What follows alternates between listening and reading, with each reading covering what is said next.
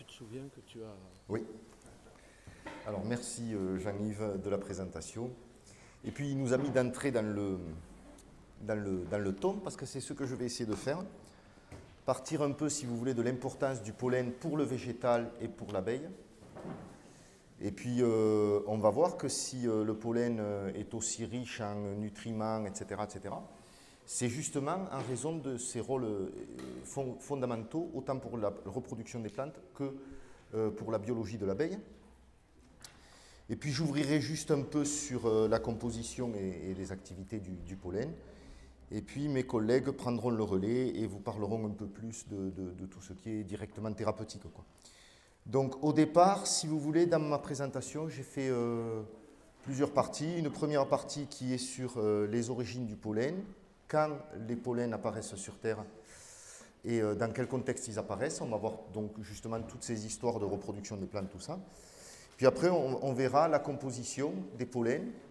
C'est directement lié. Les pollens sont aussi riches tout simplement parce qu'ils doivent contenir en eux tous les nutriments nécessaires à ce que le pollen puisse rester viable parfois pendant des millénaires avant de pouvoir éventuellement féconder une plante, parce qu'il y a des pollens qui peuvent rester viables pendant de très longues durées de temps. Et puis, juste en conclusion, pour ouvrir sur les autres exposés, je parlerai un peu de thérapeutique. Voilà. Alors, les végétaux apparaissent sur la Terre il y a un peu plus de 430 millions d'années. Et les premiers, ce qu'on appelle, j'aime pas primitif ou évolué, c'est des termes un peu dépréciatifs, mais enfin les premiers végétaux qu'on appelle les plantes primitives, donc les mousses et les fougères pour être bien clair, se reproduisent elles par des spores. Donc il n'y a pas de pollen à ce stade-là, la spore reproduit le végétal et ainsi de suite. Et puis, au fur et à mesure de l'évolution, déjà dès 390 millions d'années au Carbonifère, on a déjà pas des conifères directement, mais des arbres qui sont primitifs et qui commencent à avoir ovules et pollen. C'est-à-dire que déjà, il y a une sexualisation de la plante avec des parties qui sont femelles, les ovules, et des parties qui sont mâles, les pollens.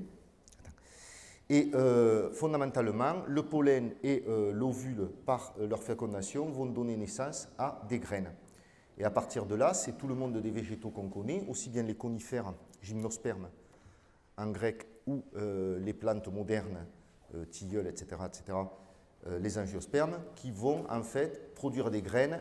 Et les graines, vous le savez, peuvent rester dormantes dans le sol avant de germer, parfois des milliers d'années plus tard. C'est-à-dire que là, c'est vraiment une propriété des végétaux, aucun animal ne sait faire ça. Et ça vient en fait de la fusion entre pollen et ovule qui permet de donner ces graines. Donc, dès qu'apparaissent les 350 millions d'années, disons, il y a des fougères qui ont disparu maintenant, des fougères qu'on appelle à graines. Et puis, il y a aussi des gymnospermes. Donc, gymnosperme en grec, ça veut dire graines nues. Hein, les pins, sapins, tout ça, les graines sont nues, alors que dans les plantes plus évoluées qui apparaîtront après, les plantes sont protégées par des téguments, d'accord? Le tilleul, ce que je vous disais, toutes les cerisiers, tous ces arbres-là, et y compris les végétaux, les plantes simples, en fait, les graines sont entourées par des téguments qui les protègent. Et puis, à partir de là, chez les angiospermes, il va y avoir une dissémination du pollen par les animaux. C'est-à-dire qu'on va voir ça. Le pollen, au lieu d'être transporté par le vent, comme c'est le cas majoritairement chez les conifères, va être transporté par des animaux. Alors, au niveau des animaux, maintenant, si on se place au niveau des animaux, comment on en arrive à ce que certains animaux, comme les abeilles par exemple, se spécialisent dans le transport du pollen?